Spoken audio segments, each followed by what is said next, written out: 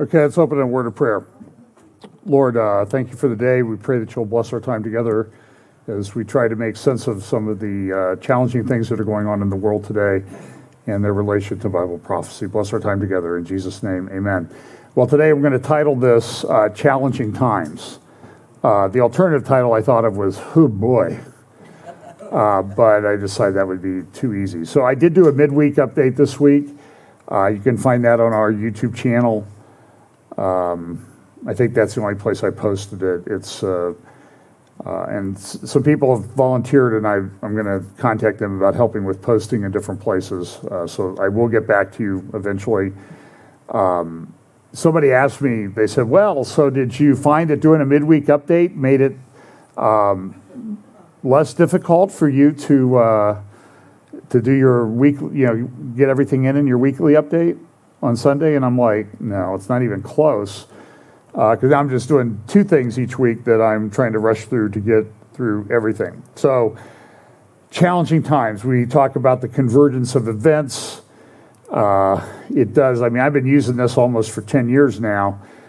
A disrupted world, and can we fix this? And it appears that we can't, as we get closer and closer to, I think, the time when things will really get accelerated. And remember, I did do a talk in Canada back in April. I think you can still find that on Last Days Bible Conference YouTube channel. I did a talk called Deplatforming Humanity. In that talk, I did a sort of a grid that I look at when I evaluate all of these things. I look at things that are sort of related to, of course, Israel and the church and apostasy and that type of thing, but in a broader terms, there's an acceleration of all these things that the prophets say. They're going to happen more quickly. There's going to be a convergence. They're going to be all happening at the same time. There's a logistics aspect that there have to be certain things that are in place for them to happen. There has to be a buildup. I use the example of this. So one of the theories is that Babylon, the Babylon in Revelation 17 and 18 is literal Babylon, and it will be rebuilt in Iraq at the site of the old Babylon. So this is one of the possibilities that I consider. I'm not saying that I agree with this, but I think it's one of the ones that's worthy of consideration. But if Babylon's going to become this great commercial center, you can go there now, and it's just a bunch of archaeological buildings and a half-destroyed palace of Saddam Hussein. There's nothing there. So if it's going to become this great commercial center, and you think of something like Dubai in the United Arab Emirates, that's been in process. And if you see that, it's a phenomenal city. I mean, they have tallest building on the planet. They have all these enormous skyscrapers. They have, hotel that's 1,000 feet high, shaped like sort of a sail on the ocean. It's beautiful. And the architecture and all this, there's just some phenomenal things they've done. But they've been at it for 40 years. You can go back, you can look at Dubai 1981 and see that there was just a couple buildings there, skyscrapers. I wouldn't even call them, you wouldn't even notice them now in the skyline if they're still there. So it took 40 years. So if Babylon is indeed going to be restored, then it's going to take a while. Now, I know the construction, I know that the Chinese have supposedly built a 57-story skyscraper in like 3 days or something like that, or a month. Now, do you want to go in that building, by the way? So just understand that all these things take time. So there's acceleration, convergent, logistics, and then understanding. I talked about that from Daniel chapter 12, that in the end there will be people of wisdom, people that will understand. They will be called wise people, and they will instruct the many. So that is something that you're going to see people that are going to understand more about what's going on than other people. So we try to be that kind of church that has those kind of people that see these things happening and can try to piece them together. So we're going to try to piece a few things together today, and this is going to be rock and roll for the next, whatever. No guarantees. So here's, and I'm not going to talk about that Charlie Vector 019er thing that much. There are a couple related things.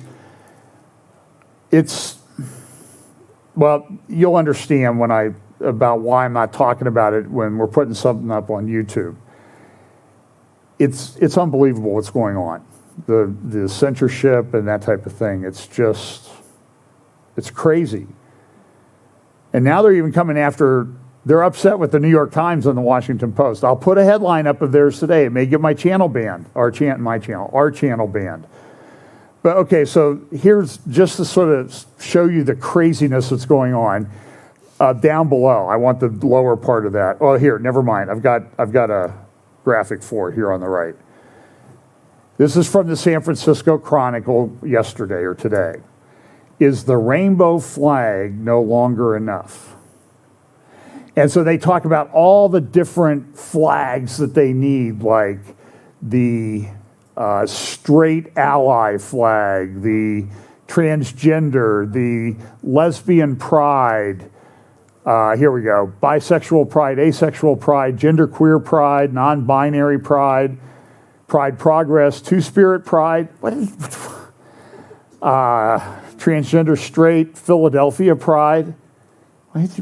Why would anybody have Philadelphia pride? I think I know what that's related to. And by the way, pray for me right now because I'm trying to decide whether I bring something up. Just because it's sort of related to some of what San Francisco is known for, and it's not rice-a-roni, okay?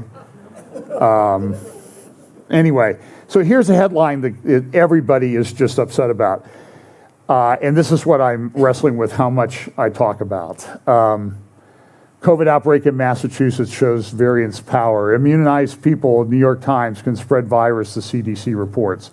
CDC guy, he's on Twitter posting all caps, like, you can't say that, you're taking it out of context and all of this stuff. So here's the deal. There was an outbreak that appears to be related to a holiday weekend on Cape Cod at Provincetown. Now, if you know what Provincetown is known for, it's known for, let's call it the San Francisco Resort of the East. If you want to understand a little bit more about it, and I do like some of the stuff that he writes, but he is a gay man, Andrew Sullivan, and he wrote an article this week on his website or blog called How I Learned to Love Living with the Virus, or something like that, How I Learned to Live with the Virus. And he talks about the parties that were going on in the community that he identifies with, and the rather libertine nature of the activities, to the point where in some of these bars in Provincetown, he said the sweat was dripping off the ceiling and walls. Now this is where this outbreak occurred that led to some of this stuff from the CDC. I don't think anybody else is talking about that, and we're probably done as a channel now for doing that. So we'll be sure to post for sure on Rumble and RTN, but I think you understand the nature of what I'm talking about, that what was going on.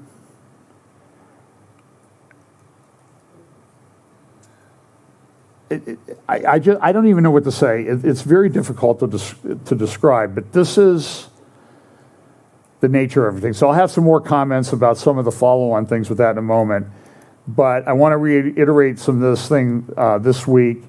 I mentioned this, and one of the problems with doing the midweek update is I'm to the point now where I can't remember what I talked about last week, and I can't remember what I talked about midweek, and they all kind of run together. And so when I look at my slide deck, as I try to edit things out, I start with like 200 slides now, and I try to cut out, okay, did I talk about this? Did I talk about this?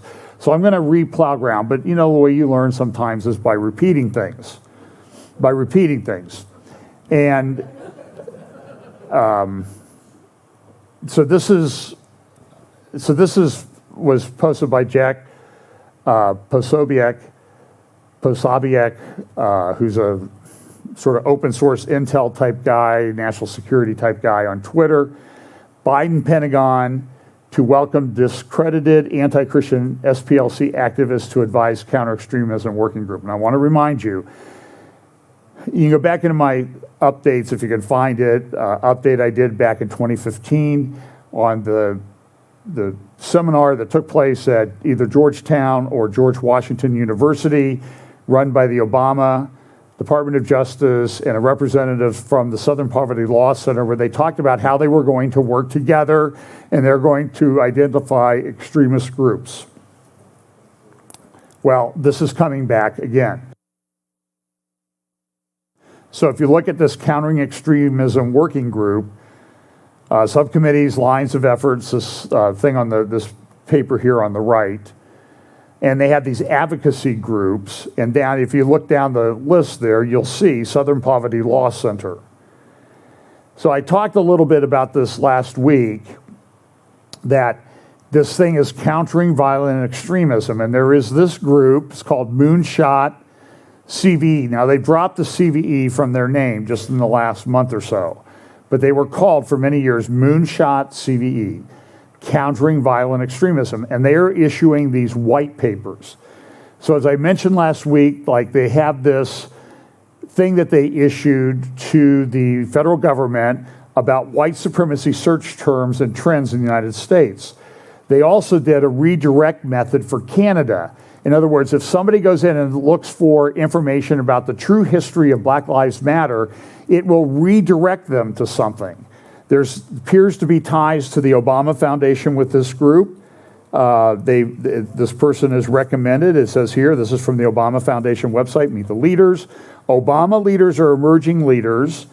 It talks about this is for their Europe 2020, explore our work in Europe.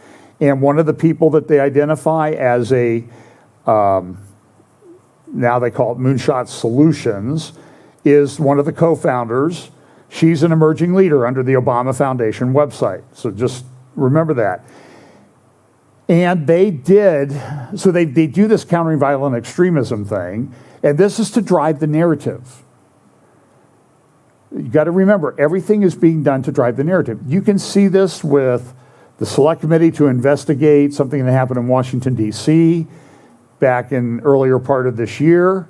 I won't identify it specifically, but there is a committee to investigate what happened. And I've got a solution, okay? You don't need no stinking committee. Release the 14,000 hours of video that you have and let everybody in America investigate it. And you guys go do something that is going to solve some problems that we have, instead of making more. That's just my way of solution. But back in March of 2019, before this whole thing started, Moonshot Solutions, then known as Moonshot CVE, had done this anti-vaxx online. In other words, who are the people that are questioning vaccines? Now, listen, I'm not a scientist, but I know the scientific method. The whole scientific method, is it not, is based on developing a hypothesis and then investigating it. We now live in a situation where you're not allowed to do that. And if you do, you're not allowed to talk about it. People who do, they're deplatformed, their bios are removed from Wikipedia. They're like erased from humanity. People who, I could stand up here and give you, at risk to our channel, the examples of people who quote the CDC information.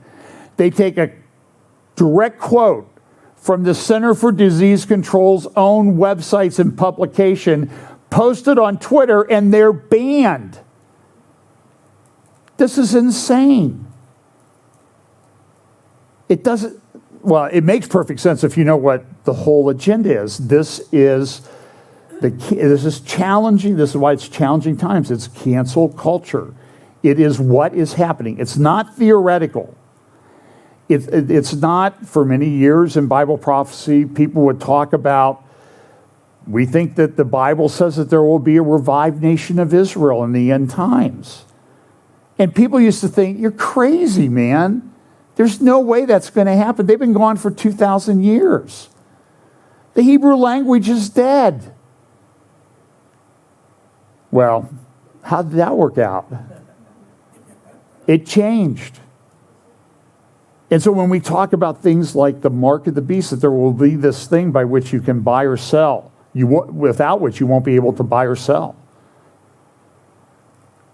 How's that going to happen? Oh, it's going to be a barcode. Oh, yeah? We're way beyond barcodes now in today's world. And you'll see some more examples of this. So they talk about this anti-vax audience and everything. And then this week, I ran across an article about Moonshot Solutions, formerly known as Moonshot Countering Violent Extremism. And it was in Fast Company. Fast Company is a tech magazine, kind of slick, kind of neat at times. But look at what they have. One secret weapon against extremism. Google ads promoting mindfulness. So this is one of Moonshot Solutions' solutions to countering violent extremism. And it relates back to what they did for Canada, the redirect searches. And so they use Google ads. You know those things that annoy you altogether, unless you're using Brave or some other browser that blocks them. They pop up all the time. They... Pam and I can't remember what we were talking about the other day. Oh, we got something from a company that we ordered, and it was on metal, and it was bent. And we got another one from the same company that wasn't done right. So we called them about the first one that wasn't done right, not the one that was bent, but the first one. And they said, okay, we'll send you a new one, and you can do whatever you want with the one we sent you. And then all of a sudden, yesterday, a package shows up, and it's the one that was bent. It was a new one of the one that was bent, but we never asked them to send the one that was bent, except we talked about it in the house. So then we started joking like, hey, we sure could use a new refrigerator. The refrigerator's pretty nice. We could use a new refrigerator, full of food, too. Don't just bring us a fridge that's empty. But it hasn't showed up yet. So we're testing the artificial intelligence right now. But so this Moonshot says, well, one of the things, okay, so violent extremists, these people, they're into guns, they oppose the government. So we'll just redirect them to mindfulness ads. We'll have them pop up in their feed. And they say this works. This is like an anesthetic for the people that are upset with the way things are going. We'll talk to them about meditation and yoga. And so this is the people that the government is relying on. This thing I don't even have time to talk about, but Democrats' path to citizenship. This is from Bloomberg. So this is not a, fly-by-night conservative organization or anything like that. Democrats' path to citizenship for $8 million in economic plan. What they're trying to do is they're trying to change the demographic composition of parts of the country. That's what they're doing. So they'll allow people in that they think will support them politically. And they'll move them to Tennessee or Texas and that type of thing. That's why the governor in Texas is upset. Aside from the part that these people are coming in with a certain Charlie Vector thing and they're not testing them for it and they're just sending them out. Because I guess it's okay for them, but the rest of everybody needs to be locked down. Sydney, Australia, they're sending the military door to door to make sure that people that are in the house actually have a right to be in the house, that they're of the same household. And if not, you get fined. That's Sydney, Australia. It's pretty brutal. And they have different targets. So until 80% of the people are jabbed, they will be in lockdown. They're going to go through at least the end of August.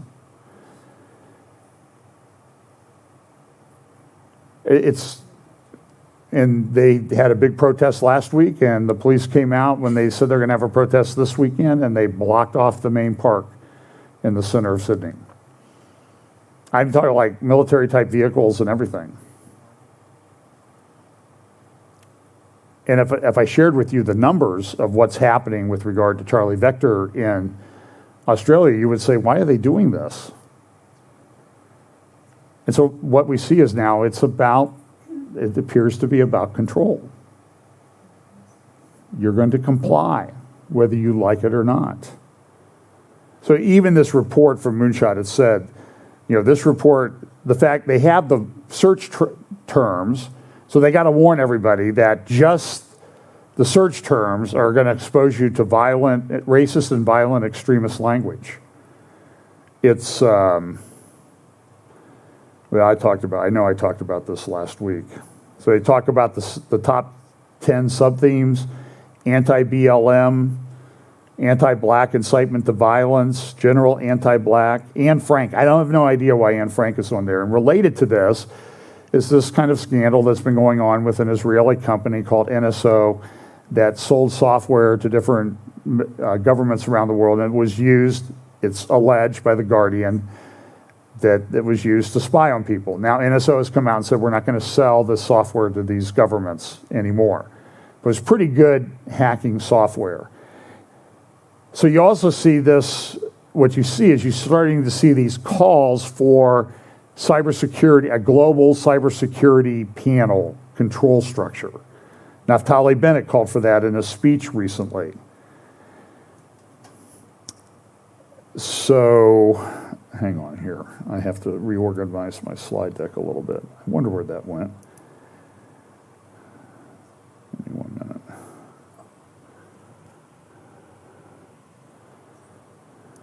Okay.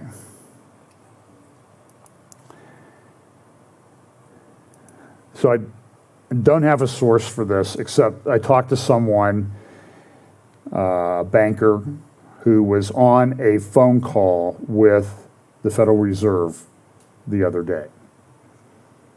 I said, how did it go? He said it was frightening. They think they have it solved, but the whole system is at risk. So here is I found this on Reddit, on a financial blog. It was on Facebook as well. And this has been going around. This has been updated over the last 10 years. So this is America's finances as of June 30th. Okay, so do you see the revenue, deficit, and debt? Now, does anybody that is capable of fogging a mirror, you know what that means? They're breathing enough that you can hold a mirror up and it'll make a little steam on the mirror. How do you think this is going? This does not appear sustainable. I said, how do they think it's going to happen? He goes, it's worse than this, from the Federal Reserve call. They anticipate that over the rest of the Biden administration, that the federal deficit cumulatively will approach $23 to $24 trillion. How do they do that? They print a lot of money.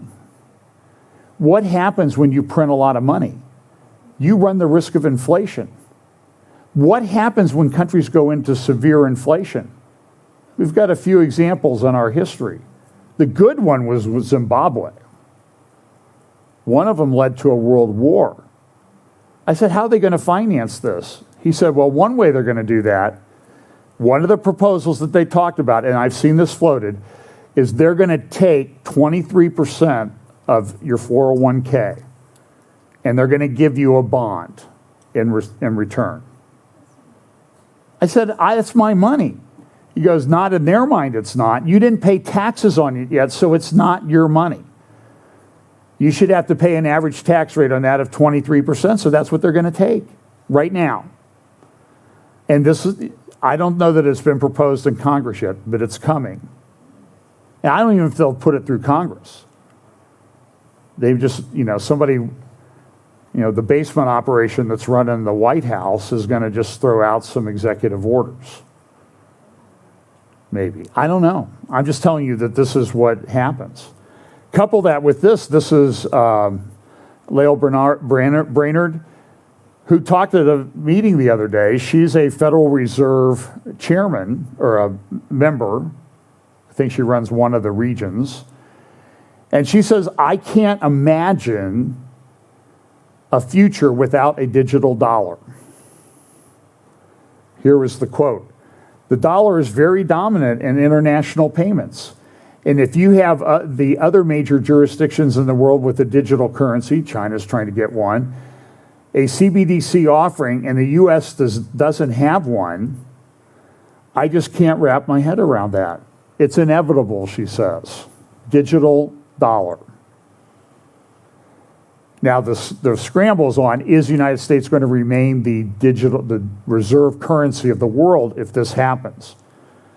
I think the Fed's realizing if it's not the digital reserve currency, we have big problems. It will make huge change in the United States in terms of economics and life and all that other stuff.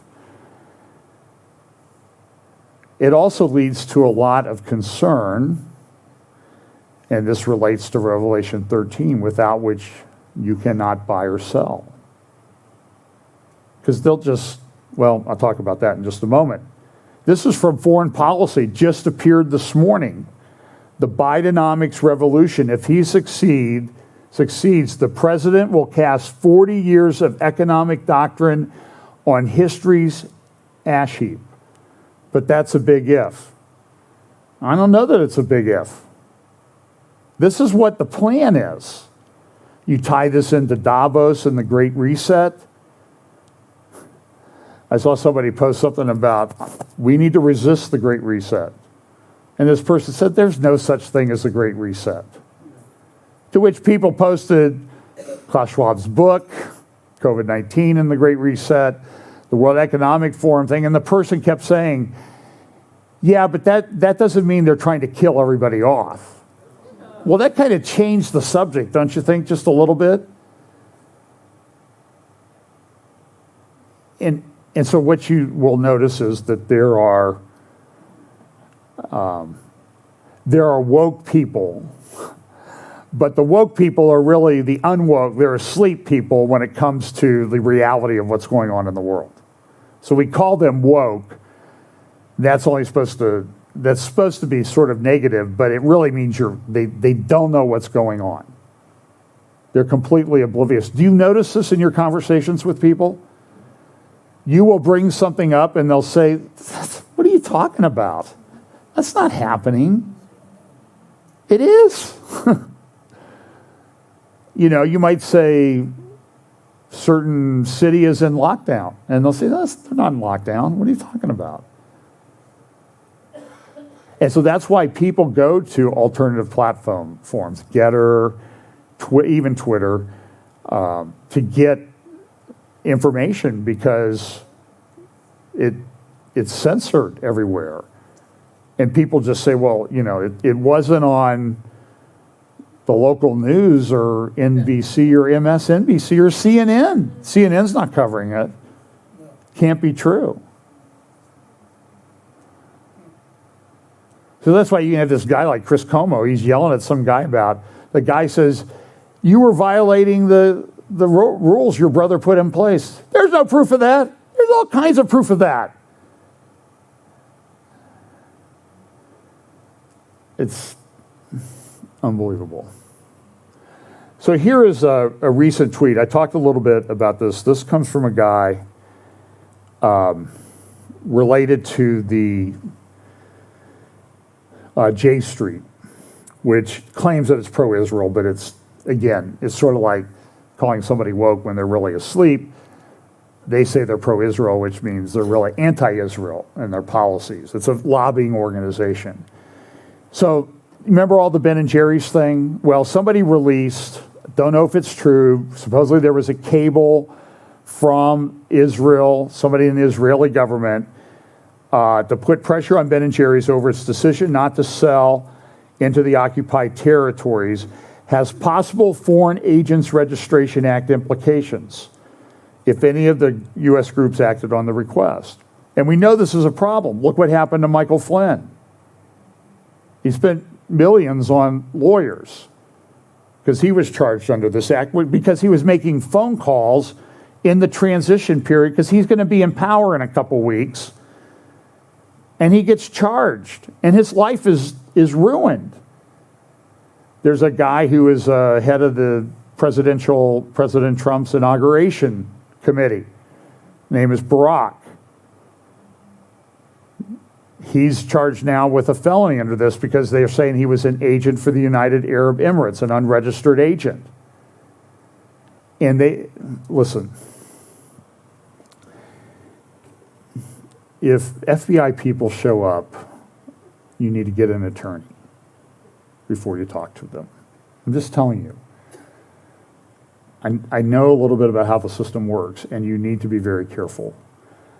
You can talk to them if you want, but a lot of what they do is they'll interview somebody for hours, and they will ask you questions about what might be in the interviewee's email from years ago. And so it's a memory test. And if you get it wrong, they'll charge you with lying to the FBI during an investigation. And you'll never have committed the underlying crime, but they'll send you to prison for lying for what they claim is a lie during the interview process. It happens. I mean, it happened to Martha Stewart. It happened to people that were connected with Trump. And how many emails do you have in your email boxes? Now, I look right now, I'm about ready to declare email bankruptcy. I have 40,000 unread emails in one of my email accounts. Okay? And it's a lot of it's junk, okay? But it's a real problem. Well, if somebody came and interviewed me about, and first of all, I don't even know if I opened the email. And secondly, I mean, back 20 years ago, I was working on a big piece of litigation, and I was getting 150 to 250 emails a day about just that case. So if somebody showed up to interview me about those emails, I might not remember that email. So just a technique, if you're answering questions in those interviews, you say, well, I'd have to rely on what the emails that I wrote back in such and such a time said. I'm sure that it was covered in there. If it was covered, it would be in my emails. And I'm not engaged in a memory test here. You're allowed to say that kind of thing. Make your interview longer, but you need to get an attorney. But anyway, so here's this thing from this guy, J Street, and it says this. Israeli diplomats were instructed to encourage Jewish organizations, pro-Israel advocacy groups, and evangelical communities to organize demonstrations in front of Ben & Jerry's and Unilever offices and put pressures on investors and distributors for both companies.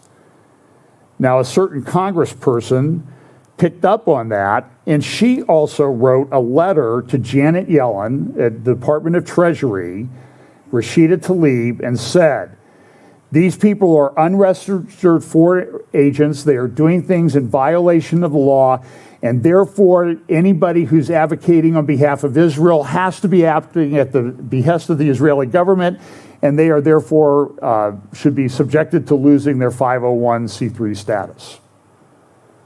Now, by the way, we're not 501c3 here at FBC, but all churches are tax exempt under the Internal Revenue Code. So, and nobody tells us what we can and cannot say. So here you are, so that they're going after pro-Israel, at least if Rashida Tlaib, and the letter was co-signed by Cory Bush, Alexandria Ocasio-Cortez, and a couple of the other lefty members of the squad. The Democrats won't stand up to this.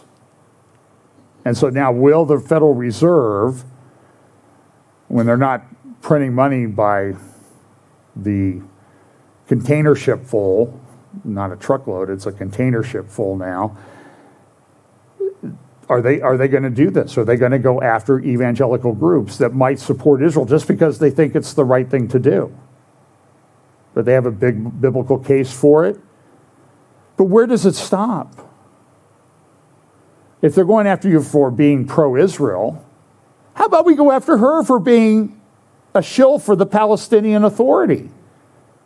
Which isn't, I guess you could say, well, that's not a country, John. That's my point. It's not a country. You act like it is. But here, this is probably one of the more disturbing things. PayPal partners with ADL, the Anti-Defamation League, to fight extremism and protect marginalized communities. So the Anti-Defamation League is now saying we need to go after these extremists. We need to be countering violent extremists. Do you see how all of this is intertwined? And this is the company. And so what's happened now is that the government, they don't have to restrict your speech. This is what Jen Zuckerberger was talking about in her press briefing a little over a week ago. We contact Facebook. They outsourced taking away constitutional rights. This is unconstitutional. And they'll say, well, the corporations are free to do whatever we want. Oh, are they? On the other hand, you're over here saying, we're going to take away your Section 230 exemption from liability, wink, wink, wink, if you don't, take down these posts that we don't like. So is that pressure? I think that's a pretty easy case to make in court. You just have to get a judge that will actually listen to it and have a bit of a courage to make the decision. Here's what the ADL says. By identifying partners across sectors with common goals and complementary resources, we can make an even greater impact than any of us could do on our own, said Aaron Kaczmer, or whatever, Chief Risk Officer and Executive Vice President, Risk and Platforms of PayPal. We are excited to partner with ADL, other nonprofits, and law enforcement in our fight against hate in all of its form.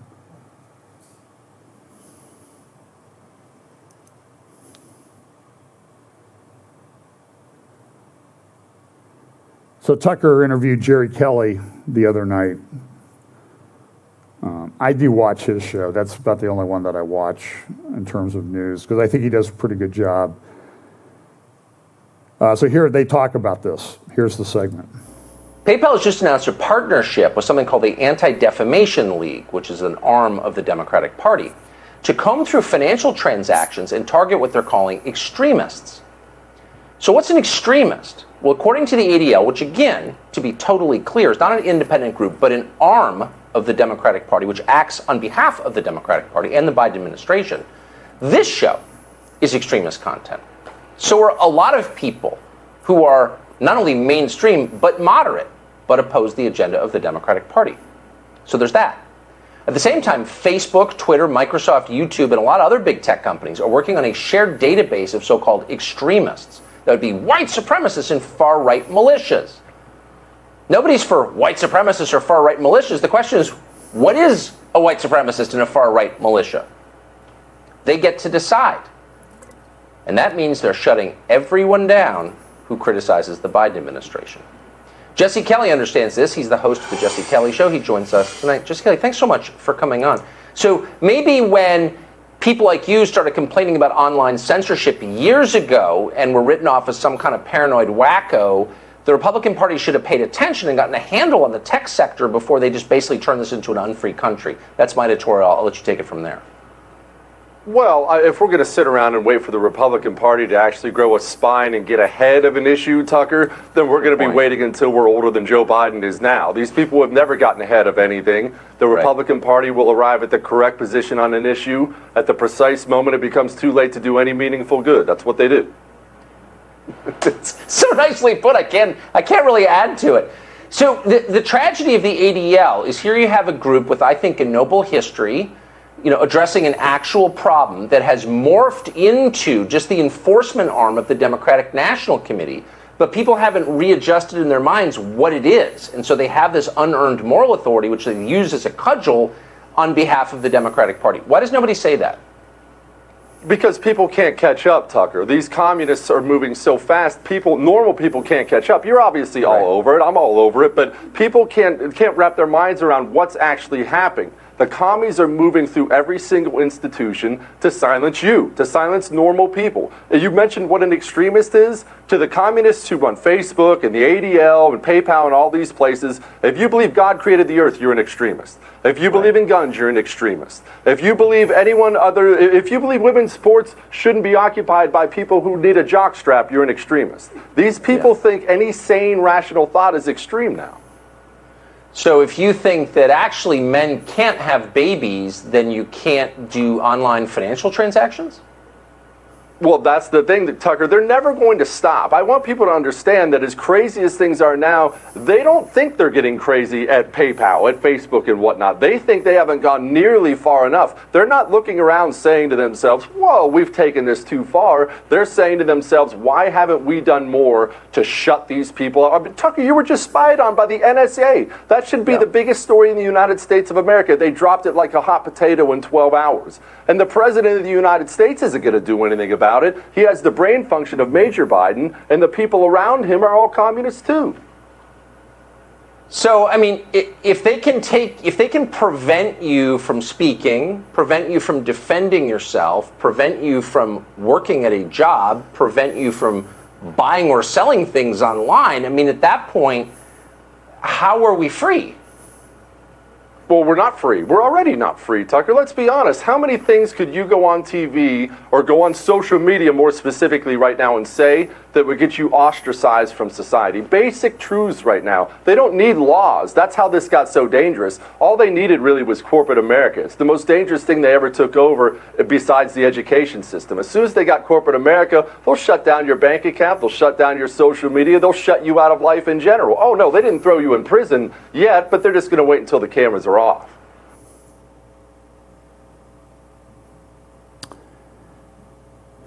Revelation 13. Digital currency. We don't like what you say or you stand for. You're a young earth creationist? You believe God created the world, let alone a young earth creationist? Relatively young earth, let's make it that. We're switching you off. You're dangerous. There was a Yale professor, medical school, in a lecture, I believe it was, I think I have the story correct, he referenced birthing mothers or women. The students reported him. It should be birthing people. Remember how everybody laughed when we made this point? They were using birthing people in some of the government documents, the budget documents. And there's, oh, John, they don't mean that. The Yale professor, he had to, this is sort of the, it's scientism. It's a religion that they have. And so he had to make a public confession of his sin for having used normal language to describe a biological fact. Men give birth, not women. Or what was it that Jesse Kelly said? People who need a jockstrap can't be women. A pretty good description of the problem.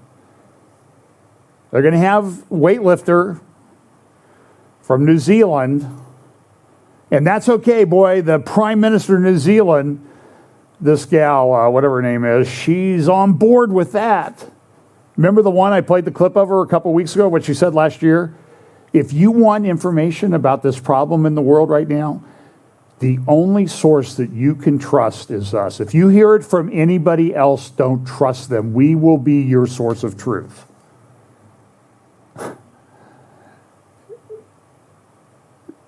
I mean, Orwell couldn't even think that stuff up when he wrote his book.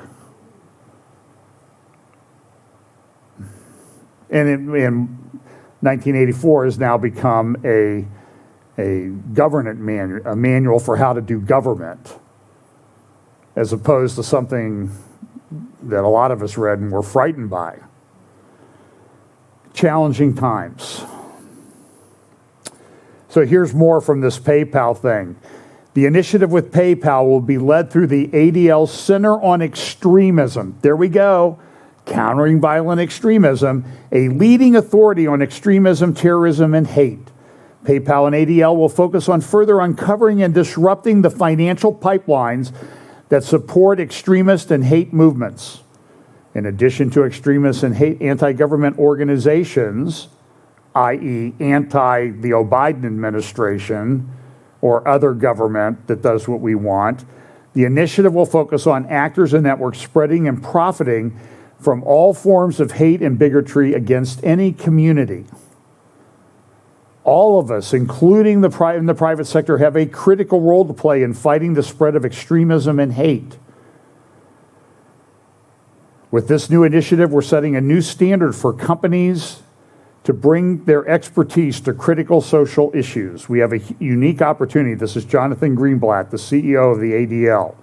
We have a unique opportunity to further understand how hate spreads and develop key insights that will inform the efforts of the financial industry, law enforcement, and our communities in mitigating extremist threats. So, what's one takeaway for this today? You need to not give money to the ADL. That's point number one. So here's another one. This is another one. This is the ACLU. Now, when I was in law school, the American Civil Liberties Union stood for the American Civil Liberties Union. They would stand up for constitutional rights. For example, when a neo-Nazi group wanted to march in Skokie, Illinois, where a lot of Holocaust survivors lived, the ADL or the ACLU came in and said, listen, that's free speech. It's hate speech, but we allow that to be done in our country. So you would think, okay, free speech, that's Amendment 1, right to bear arms, Amendment number 2. ACLU would be on board with that one, right? Here it is. This is what the ACLU said. They tweeted this on July 25th, last Sunday. Racism is foundational to the Second Amendment and its inclusion in the Bill of Rights. Learn more from experts Carol Anderson and Charles Howard Candler on this episode of the At Liberty podcast. So here's another thing to put on your to-do list. Do not listen to Carol Anderson or Charles Howard Candler because they're leftist. And I looked at this. ACLU News and Commentary. Do black Americans have the right to bear arms? Anti-blackness determined the inclusion of the Second Amendment in the Bill of Rights and has informed the unequal and racist application of gun laws. And now this is the fundraiser part. This is the ACLU. Our rights are under attack. No. You see how they flip everything upside down? Our rights are under attack by you. So here's another to-do list thing. It's usually negative. Don't give to the ACLU. Find another organization to give to. ACLJ, Alliance Defending Freedom, Pacific Justice Institute, et cetera, et cetera. Support them. So here's another, and so I looked through the ACLU Twitter feed. This was I felt like Alice in Wonderland falling down into the hole here. Here's some of them. Here's one, cancel student debt. What does that have to do with civil liberties? Pelosi says that has to be an act of Congress. The Biden administration can't do it. But just wait, we've got a 4-seat majority, and we're tied in the others, but we'll get it done. Here's another thing they said, in solitary confinement now. Oh, so the ACLU is going and representing all the people that got arrested back in January that are being held in solitary confinement? Are they? No. And this is, so I have a background in criminology, master's degree, so I studied this stuff years ago. So what they always, the big thing back when I was in graduate school, getting close to half a century ago, but these were the things that they were being talked about, was labeling. You label someone as a bad person, therefore they'll live up to the label that you give them. That was the, so that was the labeling theory of sociology and criminology. So there's a big dispute about defunding the police. Jim Zuckerberg says, well, that's what the Republicans want to do. We don't want to defund the police. Seattle City Council votes to do it. Minneapolis votes to do it. We don't want to defund the police. And so here is and what do you take from all this? They're lying to you. The only thing that you can trust as being accurate on this page is ACLU, is the organization. So this is a thing they have for racism and policing. I actually signed up for the course. It's a 4-part course. Part 1 was just released. It says, want to know more about police, race, and the calls to divest? Yet they're all saying, well, we don't want to defund the police. What do you think divest means? This is their bullet points from the course. Divestment. And as important, reinvestment refers to a shift of power, funding, resources, and responsibility away from the punitive and harmful institution of policing and into life-affirming, community-based, and community-led supportive services. Defunding. Defunding refers to the same reallocation of power, funds, and resources from the police as divestment. Abolition, to replace policing, prison, jails, and other punitive programs with other systems of public safety entirely. For many, abolition is the final goal of the divest, reinvest framework.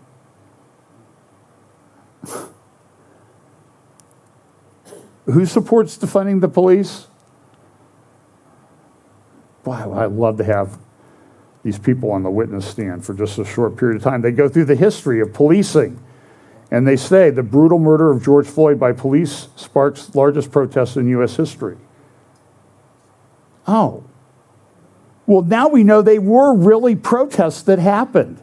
Remember when we said they happened, and the guy's there, the CNN guy or whoever is there with the microphone, and the buildings are burning in the back of him, and he's like, yeah, this is a mostly peaceful protest. What? Alternatives, this is another one. Alternatives to incarceration often replicate the same systems that fostered mass incarceration. And so this is related to this Department of Justice thing that I showed you last week, where they say it's only because of racism that there's a higher proportion of people in the black community that are in prison. They're not committing crimes.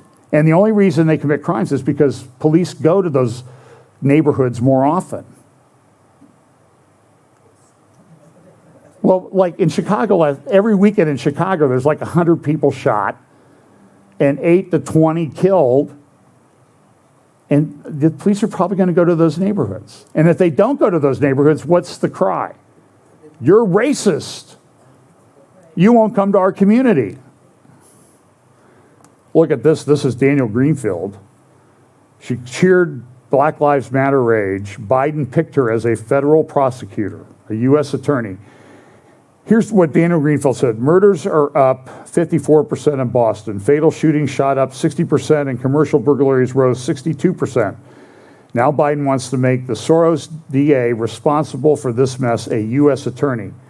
On her website, Suffolk County DA Rachel Rollins, Suffolk County is Boston, has a list of crimes that she will not, I think that's right, Suffolk County. Yeah, because Cambridge is Middlesex. Rollins has a list of crimes she will not prosecute, ranging from shoplifting to stealing anything under $250, breaking and entering a vacant property, driving with a revoked license, malicious destruction of property, threats, and drug possession with intent to distribute. Effectively, these crimes have been legalized. Biden claims that Democrats oppose police defunding and the pro-crime policy that have plunged the nation's major cities into a vortex of violence. Choosing Rollins shows that's a lie. Rollins, like other DAs backed by Soros, has worked to dismantle the criminal justice system, leaving people to be terrorized by a crime wave unleashed by BLM. Did you see this Chaz guy, whatever his name is, that's the prosecutor in San Francisco now? He's talking about people, this one guy, he's been arrested like 5 times. They got him on video coming into like a CVS or Rite Aid or something like that, right in the heart of San Francisco, on a bike, stuffing stuff in a garbage bag and riding out the front door. I'm sure you've seen the video. And so they asked the prosecutor about that, and he says, well, we don't know what motivated him. We don't know what his employment status is. How about the destruction that he's doing to a business in your city? And they're now closing them, all their outlets, and people rely on these. Pretty soon, San Francisco is going to be Lebanon. Do you know that? In Lebanon, they can't do surgeries in Lebanon. Couple reasons. They don't have anesthesia drugs. They don't have pain medication. I saw an interview with a lady I think it was on the BBC, a nurse in an emergency room, a hospital in Lebanon, and she said, here's the medicine cabinet. We have 2 little bottles of acetaminophen and other things that cost 2 to 3 cents a dose we can't afford because we don't have any money. And then they only get about 20% of the time do they have power. So it's kind of hard to operate on somebody in an operating room when the power goes out. And they're running on generators. They're breaking down their generators. Saw a guy repairing a generator. He said this thing ran 30 consecutive hours because there was no other power in Beirut. The city that used to be called the Paris of the Middle East. So here's this thing. So here's what this Rollins is now nominee for U.S. attorney. When the Black Lives Matter race riots devastated cities, this is Daniel Greenfield. You got to read Daniel Greenfield. Put that on your to-do list. Rollins ran this burning rage that you are seeing when you turn your TV on or you hear my voice is real. People are fed up, and to the white community that is now waking up to see this rage, we have been telling you this forever. Buildings can be fixed, Rollins argued, while falsely accusing police officers of having lynched and murdered black people. The pro-crime DA then defended the rioters, claiming it is completely ironic to have to say to you, please don't be violent, please keep your voice down. Please be silent and comply with all the police requirements, when in fact it's those very people that murder us with impunity. In St. Louis, what's her name? Kimberly Gardner, the DA there, Soros-backed DA. They have people on trial for murder. The prosecutors are not showing up at the trial. And the charges have to be dismissed. I don't want to be too alarmist, but in certain places, the whole system is broken down. When do you yell fire? Well, if you're a CNN reporter and there's a fire going on behind you, you don't yell fire. This is just, it's challenging times, is it not? If Senate Republicans do nothing and Rollins becomes the U.S. Attorney for Massachusetts, which criminals will she refuse to charge? And which political opponents will she prosecute? So I talked last week about the pingdemic. They have these apps in Britain, and I don't remember if I covered this great article by Ross Clark in The Spectator. We need to act now to block Britain's social credit system. So this is the problem. So you see, they don't like what you say, switch you off. They don't like what you are, because we know what you're doing about that thingy, majiggy, We'll switch you off. So anyone who thinks that COVID certification would be a temporary measure is fooling themselves. July 13th article, Daily Telegraph, about passports make many less likely to do that. Compulsory thingies about this thing are a step too far. Ross Clark says this, I had in mind that it would take 2 to 5 years for a passport scheme to morph into a Chinese-style social credit system. In fact, it took 2 weeks.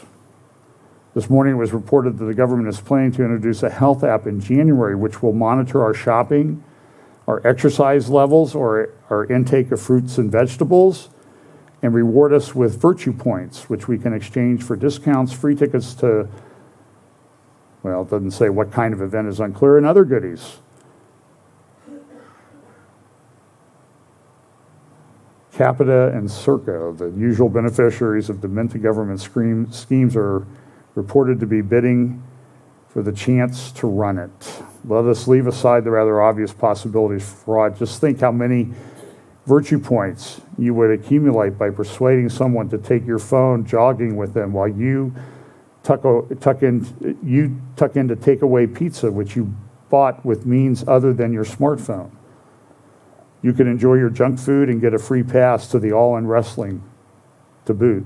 So by the way, if you're going down the street and you see somebody that's got like a 13.1 or 26.2 sticker on their car, you know what that means? That means they ran a half marathon, 13.1 miles, or a full marathon, 26.2 miles. Follow them home and make a deal with them. Like, when you go out jogging, can I give you my smartphone? I'll get you a holder to put on your arm and everything. I'll load it with the podcast that you want. So I can go eat pizza. You think you need to plan. Put this on your to-do list. Make friends with, the narcissists that put how far they run in I don't put a sticker on my car with my golf scores. I did joke on Facebook this week, where can I get a 0.0 sticker?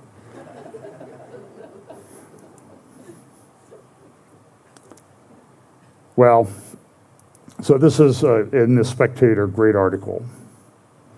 Barry Weiss, she has an article from a doctor. What happens when doctors can't tell the truth?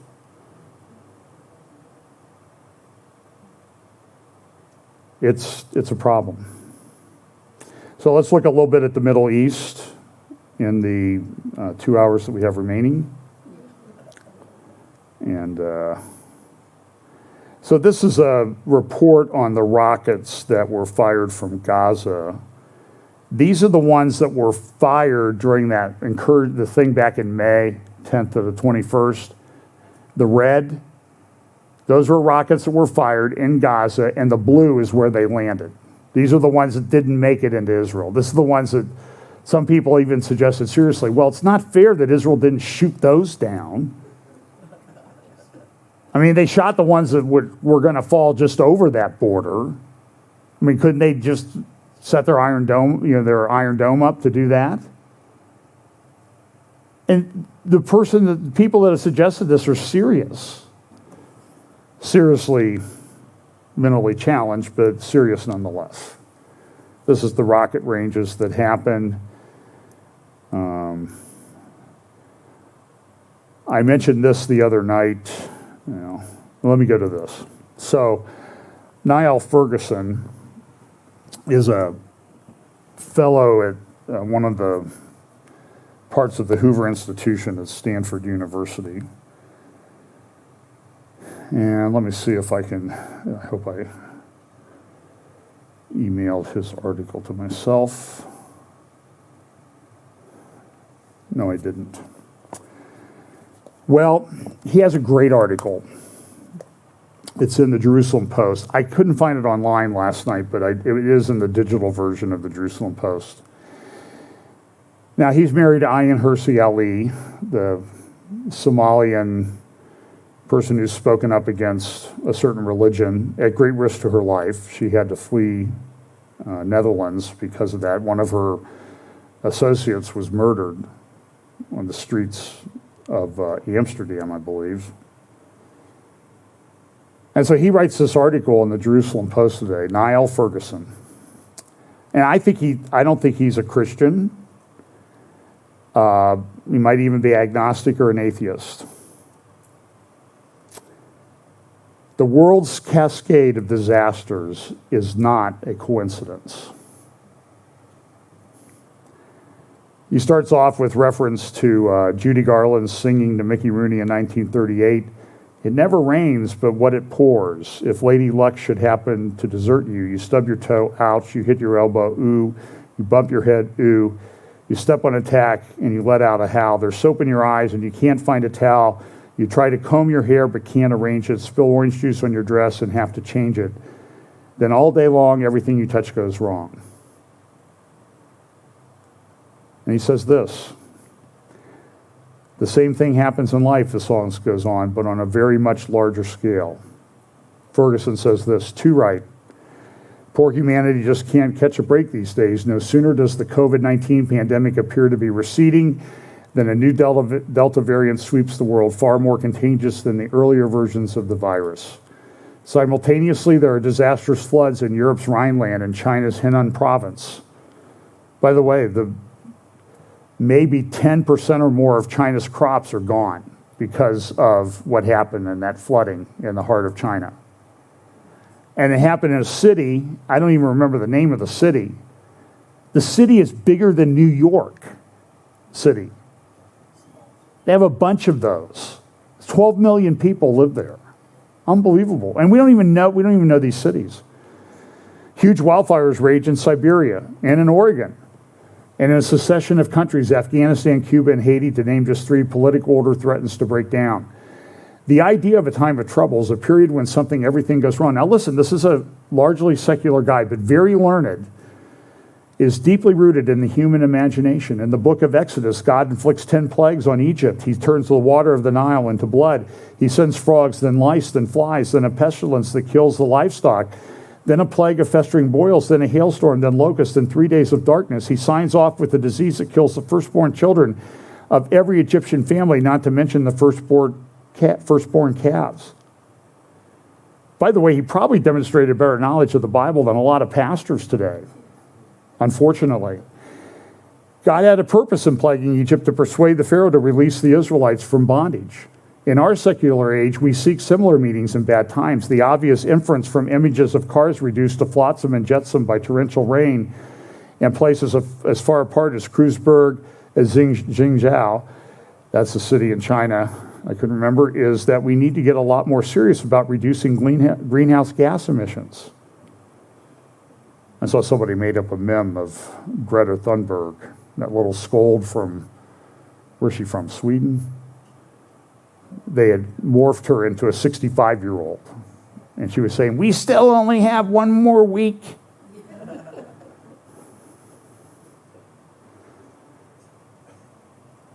However, we can see that there are connections between these disasters and that they are in fact parts of interlocking trends. This is a secular guy, do you understand? There's maybe more truth in this article than you would hear from the vast majority of pulpits in America today, that this is all connected. It appears that given constraints of our existing energy technologies, we cannot support much more than our current population. This is not to say that we can overcome these problems. And that's right, a friend of mine posted this week, and he said, we've been dealing with climate change since people appeared on the earth. You drive 2 hours north of here, you can point to a lake that's filled with glaciers that used to be a mile thick with people around. So there was global warming, right? What did they do? Well, you could say they didn't do very well with it. They built Cleveland and Toledo and Ashtabula and Detroit. But other than that, people dealt with it. The Cleveland Guardians.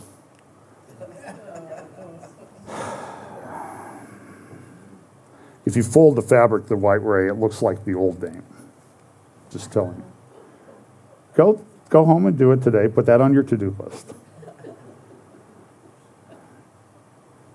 This is not to say that we can overcome problems. History suggests that we can. European populations by the 1300s had become rather too large in relation to the basic technologies of that era, at a time when the world's population was just over 390 million. You can go to Mesa Verde in Colorado, the Cliff Dwelling National Park. Now, I don't know what they tell you now, but when Pam and I were there 21 years ago, this month, we took a tour. And the guy said, you know, they overfarmed and it changed the climate and they had to move. Now, that guy would get fired today. And I said, I bet they were peeing in the creek too, right?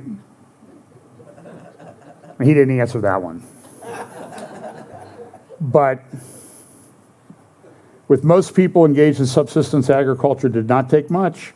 A succession of bad years of bad weather and bad harvest to render the population highly susceptible to a pandemic of bubonic plague. The population of Europe began to decline before the Black Death it struck in the 1340s. The combination of climatic disappointments and a novel pathogen led to a demographic disaster. The plague then unleashed a kind of cascade as mass deaths led to economic and social dislocation, which in turn led to religious and political upheaval. At this point, we moved from coincidence to causation. Well, you can read the article. This is very fascinating. And it essentially says, you know, it sounds apocalyptic out there.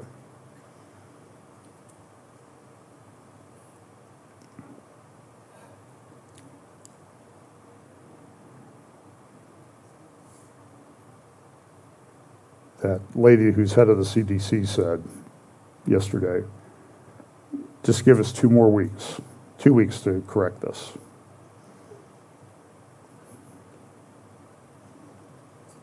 Okay. So here, this is an article from, I think it's the Times of London. You think you melted last week? Prepare for 40 centigrade Britain. I think 37 degrees centigrade is about 100 degrees. So that's hot in the UK. They're not used to that. This is just from mainstream papers. Climate experts warn extreme weather has veered off scale. You see what this climate change thing is doing, though? It is giving people a very convenient excuse to explain away God's judgment when it comes. And all the woke pastors that are signing on to this, like the big church down on Cooper Road, you know what I'm talking about. They're ignoring it too. Here's a photo, left side, Alberta wheat field 2020. Right side, same wheat field, exact same location. Farmer stands there and takes pictures every year, 2021.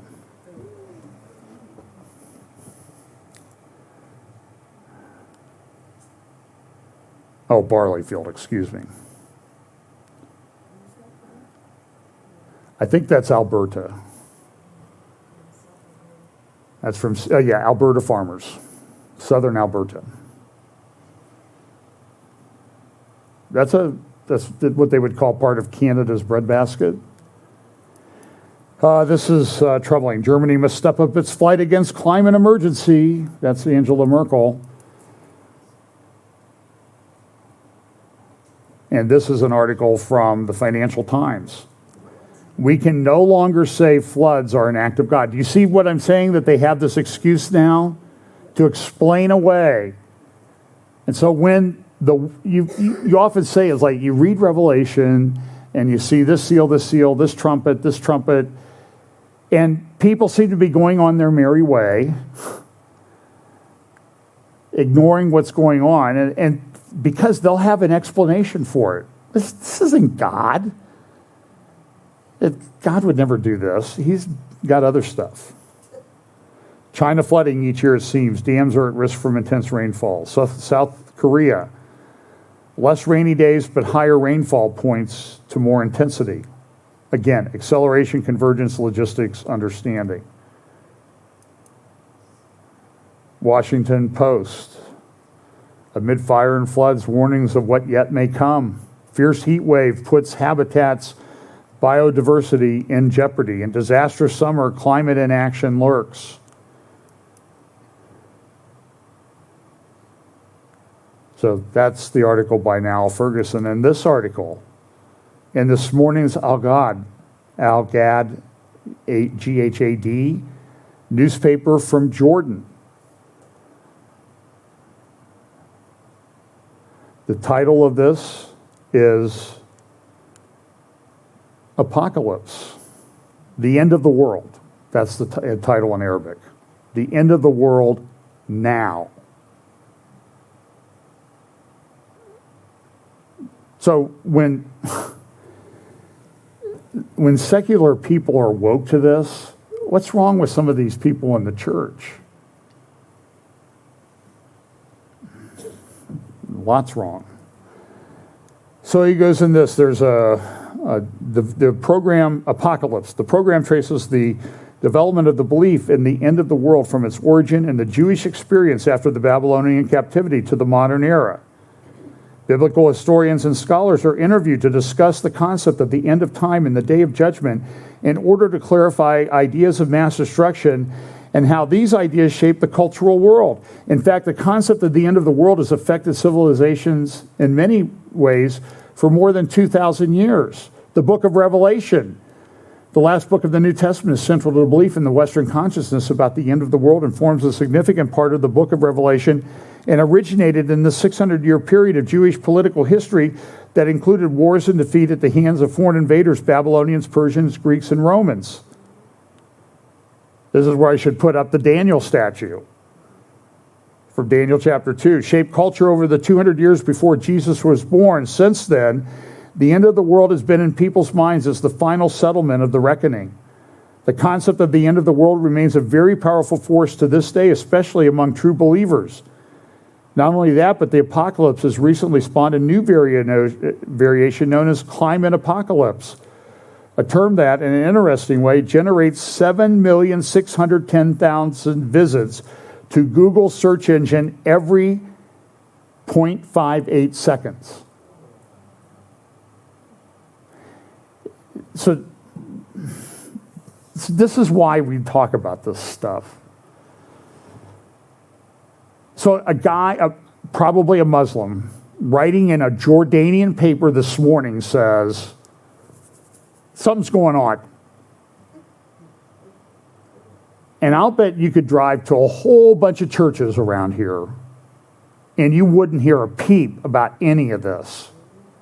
Well, you will hear. In fact, he says the climate apocalypse has an audience as well as a strong following and powerful critics. For these liberators, the apocalypse is only part of Cassandra's somber visions of death and darkness should be ignored and perhaps even parodied. However, some Google searches turn up the most surprising source of doom and gloom. For example, the leaked UN climate report. This is from the AFP. That's a French news agency. The leaked, to the recently leaked draft of the Intergovernmental Panel on Climate Change climate report, which allegedly declares there is a dire warning that we are on the cusp of destroying the planet thanks to the myriad dangers of exacerbating climate change. This refers to the 4,000-page UN report that was leaked to AFP, which will not be published for several months yet. Now, this is kind of interesting because, you know, Greta's running around. It's the end. We only have a week. We only have a month. We only have days. Well, we're going to get the report to you in about 3 months. Okay, I mean, because that's how serious we consider this.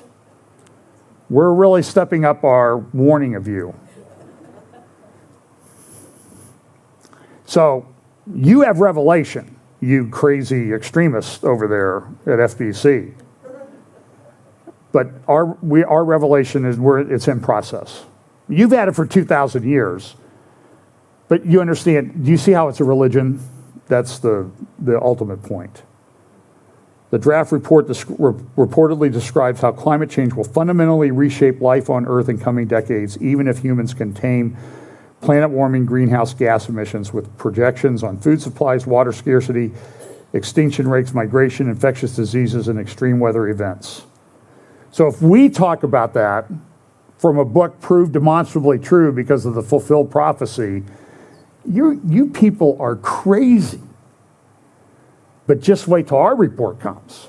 Then you'll have something to talk about in your pulpit.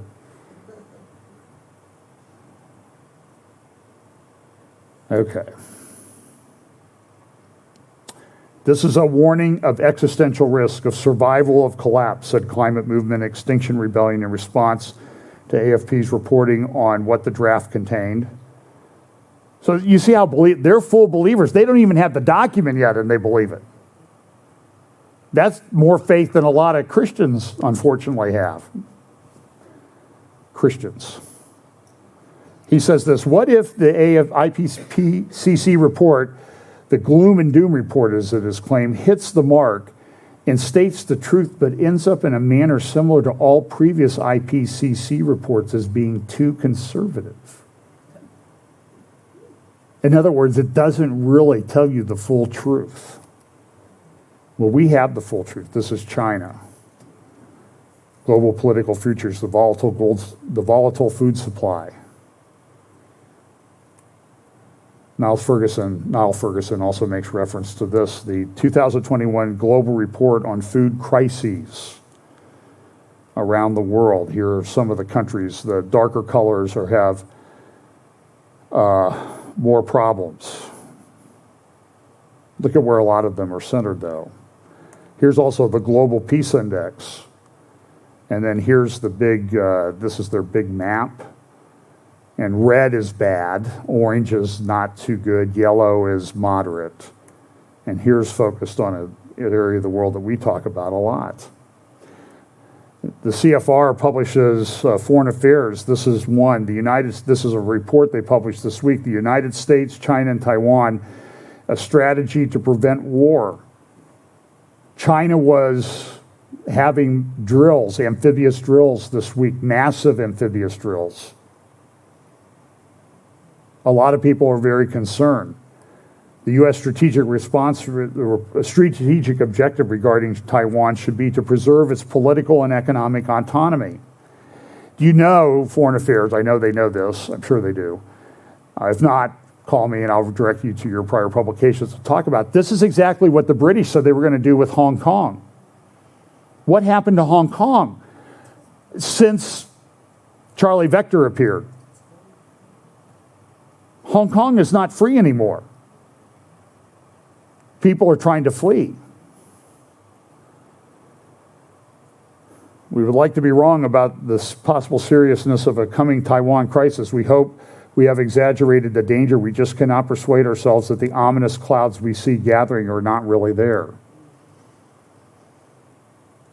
So, CFR, welcome to the Doom and Gloom Club. China's declining population. This is from Jerusalem Post, a CCP-made crisis. We've talked a lot about this. China did one-child policy. Do you know that kind of violated like part of Genesis? Be fruitful and multiply. They're facing a pretty steep, if the Lord doesn't return soon, they're facing a pretty steep demographic population decline of hundreds of millions of people in the next generation because of their one-child policy. Now they want to change it. But guess what? They convinced everybody, hey, it's great not to have kids. I saw articles in the New York Times where people were talking about, I celebrate the fact that my children won't have grandchildren for me to mess around with so I can go party. I saw the article. I forget where it was. Vanity Fair, Atlanta, I forget. I read it this week. It happens. Turkey's on the march, report from strategic interests. Of course, they're doing this thing with their blue homeland, trying to get these exclusive economic zones, trying to block the pipeline. They're still at work. Executive summary of this report says, Israel expressed full support to the Republic of Cyprus in the wake of unilateral reopening of the Varosha coastline by Turkey. Because of the dispute that happened, this beach towns have been totally empty, and Turkey's come back and said, hey, we're all for a two-state solution in Cyprus. Why? Because they think it'll give them access to economic zones and will help them build what they call their blue homeland. Erdogan also went into the Hagia Sophia this week. He put up things about, hey, look at this. This is me last year when we took over Hagia Sophia, the largest church in Christendom. He's a committed Muslim. I have videos of him going to kiss the black stone at the Kaaba in Saudi Arabia. When he was a young man, he won oratory awards for, guess what? Standing on the bow of a ferry going between the two sides of Istanbul, reciting the Quran from the bow of the ship. You can see videos of him in London reciting the Quran. I mean, he has nothing there, and he goes for quite a while. It's sort of that singy, songy type thing. I've played those videos here. So let's just look quickly at Israel. Boy, we've got... so this is Danny Gantz in an interview. He said in a special interview to a BBC journalist, originally from Iran, on Tuesday, that Iran is close to nuclear weapons when it comes to enrichment, but not so close in other ways. By the way, this was broadcast on BBC Persia in Farsi, so the Iranians would hear this. This was, I think, a planned thing. The Iranian nuclear project threatens world stability and regional stability and is a challenge for the security of Israel. Gantz addressed Israel's abilities, saying, we have abilities and means that I cannot expand on, and we are ready to ensure that Iran does not have nuclear weapons. He also addressed the regime's treatment of its people, saying that the Iranian regime is spending billions of dollars on nuclear project instead of providing food, electricity, and better health care and water to its citizens. Here is Caroline Glick's article. Let me show you a couple.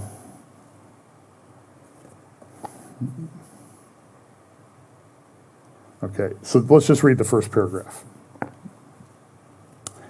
Thursday, it was reported that the IDF is planning to change its tactics in Syria and will base its operations against Iranian targets in the area on long-range standoff munitions rather than airstrikes. Why is that? This is Seth Frantzman's great report in the Jerusalem Post about the fact that Russia came out and said, Israel, you know, we had an agreement with Netanyahu, who's not in power. We don't have a relationship. Vladimir Putin doesn't have a relationship with Naftali, the two-headed prime ministership, whatever they call that thing.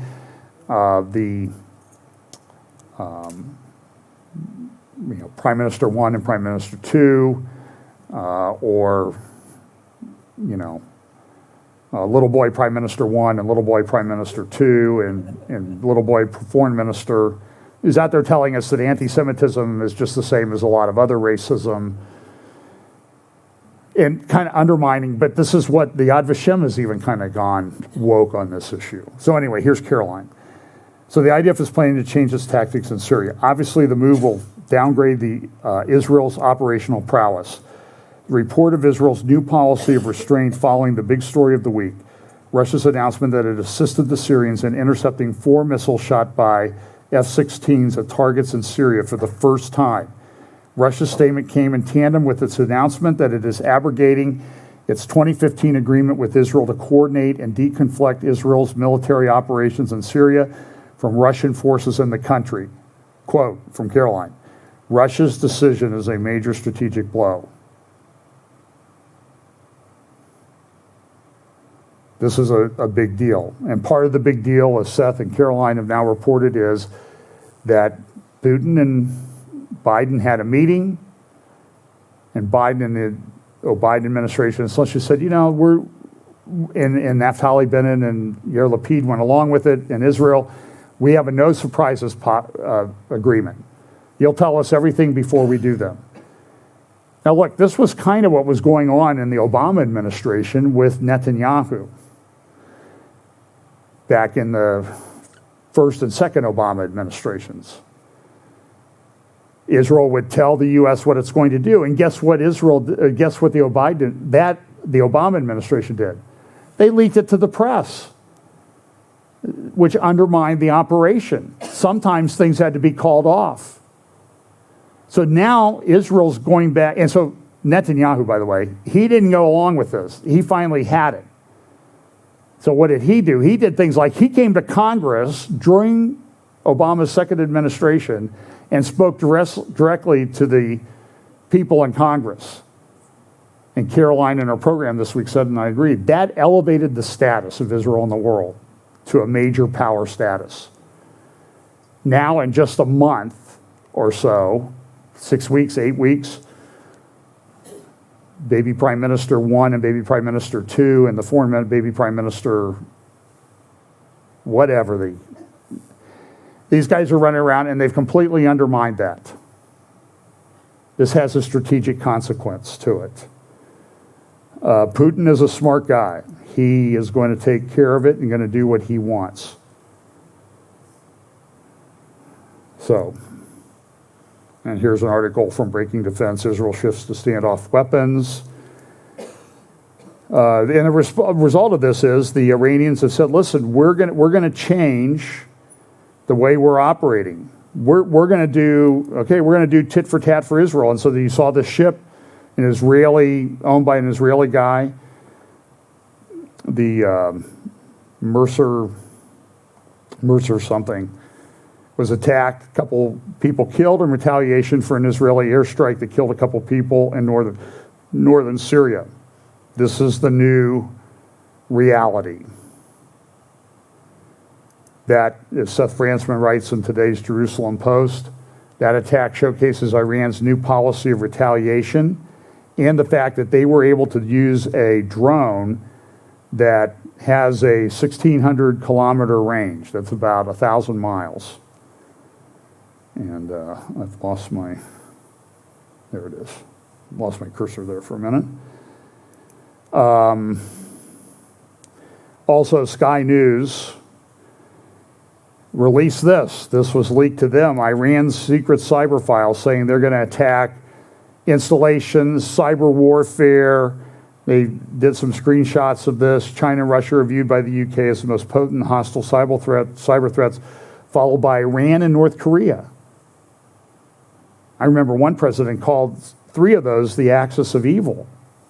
And what happened? He was mocked. Although I don't know if it counts if you get mocked by Morning Joe, but that's... So look at this.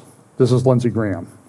And number one, the Iranians are playing President Biden like a fiddle. The Ayatollah, Sean, is a religious Nazi. Hitler wanted a master race. The Ayatollah wants a master religion.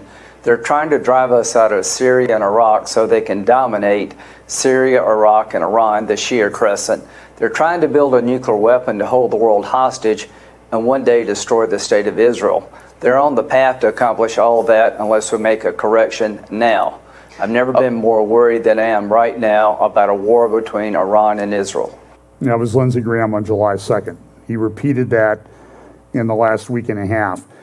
INSS, the think tank, has a new strategic assessment that came out. It's associated with Tel Aviv University, strategic challenges facing Israel and policy recommendations for the new, for Herzog, the new president of Israel. And look at this, it has a survey. It says, what worries you the most? Internal threats to Israeli society, 21%. External threats, 5%. I'm not worried by any of these, 5%. 27% clashes between Jews and Israeli Arabs. Well, 42% say, I'm worried by all of them equally. They must be watching the update. So they have recommendations about Iran and what can be done. I will talk about this if I have time to do a midweek this week. If not, we'll do it next Sunday because I have some things I have to do this week. But they need to prepare for the following scenarios in close collaboration with the United States. You think that's going to happen? Do you think the Biden administration, hey, Israel, what can we help you do? Okay, but so here's the fantasy. In the event of return to the deal, the JCPO, strive for substantive influence on a big, longer and stronger follow-up deal, retaining Israel's freedom of action. Well, that's already not happening. So in other words, we're going to change everything that Bennett and Lapid have been doing. That'll work. Well, there was somebody in power that did that. In tandem, ensure a credible Israeli military option against Iran and prepare for the scenarios of not reaching an agreement, reaching a near threshold situation, and even a nuclear breakout. That one's more likely. But now Russia's kind of removed that option. Also have problems in Lebanon and recommendations about Lebanon. Lebanon is in major crisis. This week, there will be a Zoom conference put on by the Begin Sadat Center, the Menachem Begin Heritage Center, and Jonathan Spire, who's one of the best analysts on Middle East politics, the chaos in the north. That will be on April the 3rd. The URL is there. Just go to Begin Center. .smartticket.co.il/en. Well, I'm not going to read the whole thing for you because then make sure you get those letters all right. You can copy them. If you want to email me or messenger, I'll try to get you the link. But that'll be on Wednesday at 20:30, which would be Wednesday afternoon here in the States. So you might want to watch that. I think that would help you. We had this operational problem with Iran. And remember, this is a year ago. This is what happened in Beirut. Do you remember this? The fire and the explosion, one of the largest non-nuclear explosions in the history of mankind. This destruction, these are recent photos. They haven't really fixed a lot.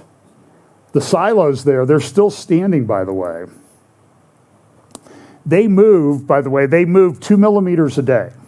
To give you sort of a point of reference, the Leaning Tower of Pisa, it moves 5 millimeters a year. These are moving 2 millimeters a day. They have to be torn down. By the way, the destruction would have been much, much worse if those things were not there, because it blocked the explosion from hitting West Beirut. The destruction would have been even worse. It was hundreds of people killed, a major, major problem. Lebanon is in major crisis. Gas lines mile long. They're running out of water. They have little power. Here's a picture of the towers as they stand today. They've done a survey. The FBI did a report. It was leaked this week. It was issued back in October. And it said that what exploded there was about 550 tons of ammonium nitrate. But the ship that was brought to port, they unloaded 2,700 tons. So only 20% of what was there, it either didn't explode or that stuff has been gone elsewhere. It is a major problem. And in fact, there was a report, here's a patient deaths due to shortage. There are crypto miners, they need power to run their computers to do these calculations for cryptocurrency. They can't do this, it's costing them a lot of money. Hezbollah is a problem. They may take power in here. And this is kind of interesting. So this ship was commandeered and brought to the port in Beirut in 2013. In 2015, MI6, the British Secret Service Agency or whatever it is, they took down cells in London of Hezbollah terrorists that were planning attacks. However, that was never reported. This is a screenshot of the page from the Daily Telegraph, June 10th, 2019. So for 4 years, the UK did not tell anybody about what they had done to take down these Hezbollah cells in London. Now, why was that? What was going on in 2015 that might have caused the UK and its partners, the United States, to not talk about this? 2015 was when they were finishing up the negotiations on the JCPOA. What's the most important thing in the world of the Biden administration? Oh, anyway, look, we'll talk what we can about in a midweek update, because there's 50 more slides here. Now I'm going to forget what I talked about. Look, it's a very interesting time. There are things going on with the Temple Mount. I'll try to talk about this in my next update, whether it's midweek or next Sunday. We'll talk about the Temple Mount, a lot of stuff going on there. Jews are actually going up there and praying. So listen, exciting times. Secular people are getting it. And there's a lot of church guys doing this now. Praise the Lord for that. But a lot of the church is just like, end times, too controversial. Wake up, people. Challenging times, but God is in control. Let's pray. Father, thank you so much for your word. We pray that you will give us the courage to stand for truth, to stand firm in the faith, and as Paul admonished all of us, act like men. Share the gospel. Give us opportunities to do that. Bless us this week. In Jesus' name, amen.